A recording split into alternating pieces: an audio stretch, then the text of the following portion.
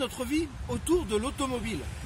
L'impératif climatique, l'épuisement des ressources, nécessitera de penser autrement nos déplacements. C'est pourquoi je suis favorable au déploiement de nouveaux modes de transport en commun. Chacun appréciera le volet innovant du Tezen. C'est un bus qui circulera sur une voie réservée qui est prioritaire au feu. On parle d'un mode de transport en site propre. Le projet se définit ainsi: relier le Carré Sénart au centre de Melun.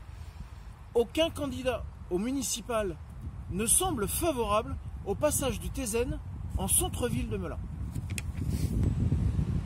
Si le tronçon entre l'hôpital et le centre de Melun ne se réalise pas, je considère que c'est la pertinence de ce projet qui peut se questionner. Ce projet a pour objet d'offrir une nouvelle offre permettant de relier les gares de Lieusaint et de Melun. Mais en 50 minutes, c'est beaucoup. Pour Vers-Saint-Denis, c'est 11 stations pour rejoindre la gare de Melun. Prenez le train, c'est plus rapide et c'est mieux pour la planète.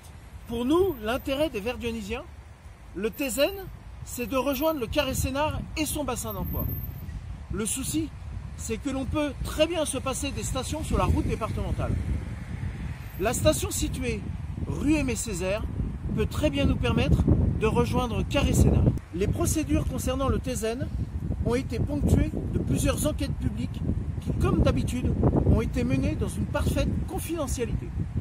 Nos voisins de Cesson et de Savigny se sont, eux, emparés de cette phase de concertation. Le plus important, c'est d'imaginer un bus entouré de 2 fois 2 voies représente une aberration qui va, en termes de nuisances sonores et de pollution, impacter énormément de Verdionnisiens. Dans une délibération du 27 juin 2014, il est stipulé que le projet devra respecter l'intimité des riverains grâce à des protections phoniques et visuelles, notamment par le rehaussement de merlons. Les riverains devront se contenter d'un revêtement anti-bruit. C'est inacceptable. Le pire, le département de Seine-et-Marne, en janvier 2019, suspend la réalisation du tronçon Melun-Centre, afin que les élus puissent réaliser, je le cite, les contournements ponts. Le contournement, c'est toucher à l'intégrité de la forêt de Bréviande. Et je m'y oppose.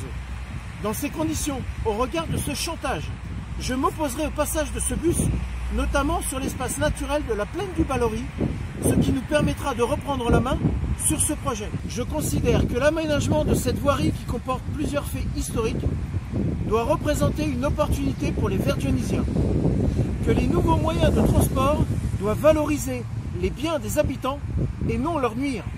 Pour cela, il faut que Vers-Saint-Denis se réveille, pour que puisse émerger un projet ambitieux qui nous rassemble. Je vous donne rendez-vous le 15 mars.